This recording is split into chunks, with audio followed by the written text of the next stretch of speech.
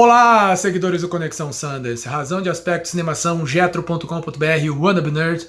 Vamos falar agora do grande vencedor do Grande Prêmio do Júri, que também ganhou o prêmio da audiência do festival, né, do US Dramatic, como eles chamam aqui, né, que seriam os dramas americanos, basicamente competição de filmes de ficção dos Estados Unidos, no Festival de Sundance, que se chama CODA.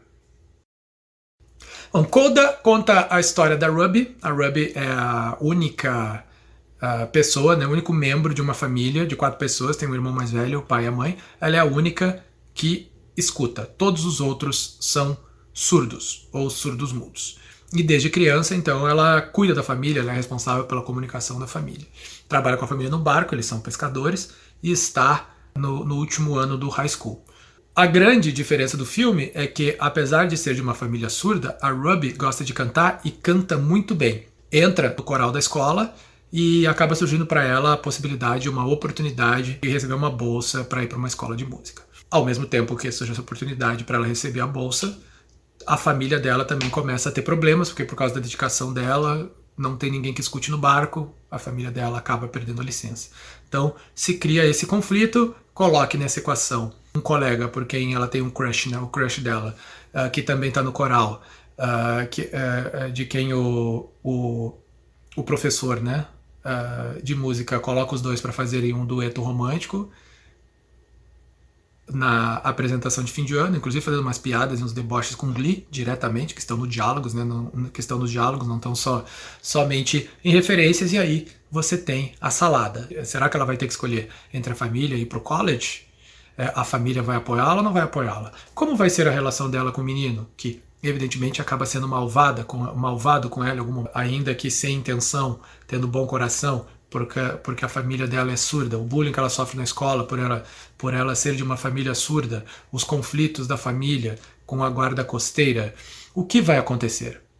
E aí você pensa, poxa Maurício, mas o que esse filme tem de tão bom? Bom, primeiro, o filme tem ótimos diálogos e muito bom humor, grande parte do filme é em linguagem de sinais americana, né? Mas as atuações estão todas muito boas, como eu disse, o senso de humor é muito bom, mas o problema do filme, pra mim, é que ele é muito previsível, né? E é muito previsível mesmo, ele tem todas as batidas. O que vai agora, quem tá acostumado a ver esse tipo de filme, acaba vendo, o que vai acontecer agora? Vai acontecer A, pum, vai lá, acontece A. E agora? Vai acontecer B, pum, vai lá, acontece B. Agora vai acontecer C. Então, ele segue todas as batidas, é completamente previsível, ele não surpreende em nada, e nem tô falando de querer dar um plot twist carpado, como o Shyamalan gosta de fazer nos seus filmes para tentar causar uma grande surpresa no público que ninguém esperou.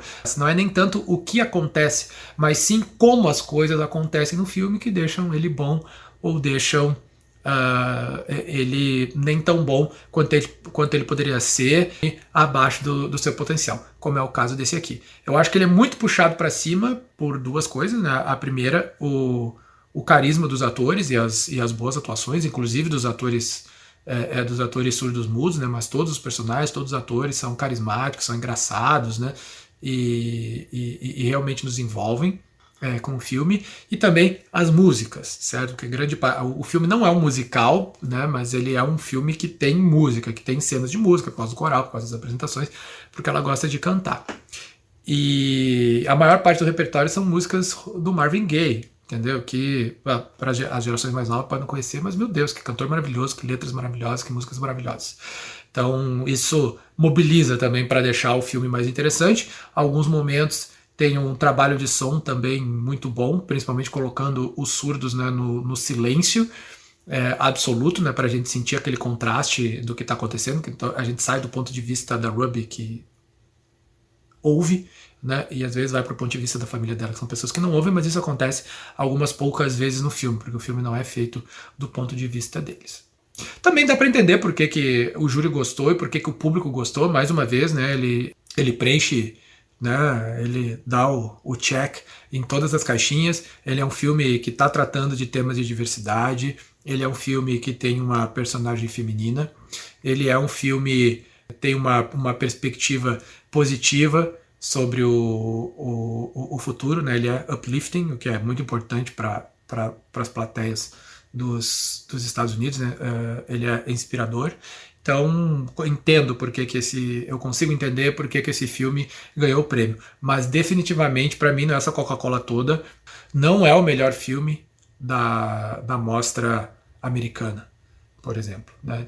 Eu acho que tinha alguns filmes melhores, mas ainda assim é um bom filme, é um bom entretenimento. E se você quer rir, quer chorar, eu também não vou ficar aqui simplesmente avacalhando o filme, que não era a minha intenção, porque teve alguns momentos do filme que eu chorei. Né? Mas é por quê? Porque ele aperta o botão pra chorar, entendeu? Chora, chora, chora, chora. Eu fui lá e chorei, entendeu? Em alguns momentos ele aperta o botão pra rir, ri. Aí eu fui lá e ri. Foi isso que eu fiz, entendeu? Mas isso significa que o filme funcionou, né? Atingiu o seu objetivo. Mas em função da sua previsibilidade, eu acho que ele fica um pouco abaixo e ele fica no mesmo nível, talvez, do Já Não Me Sinto Mais em Casa Nesse Mundo, que foi o vencedor do festival em 2017, que inclusive foi comprado pela Netflix. Fica então com 4 estrelas de 5.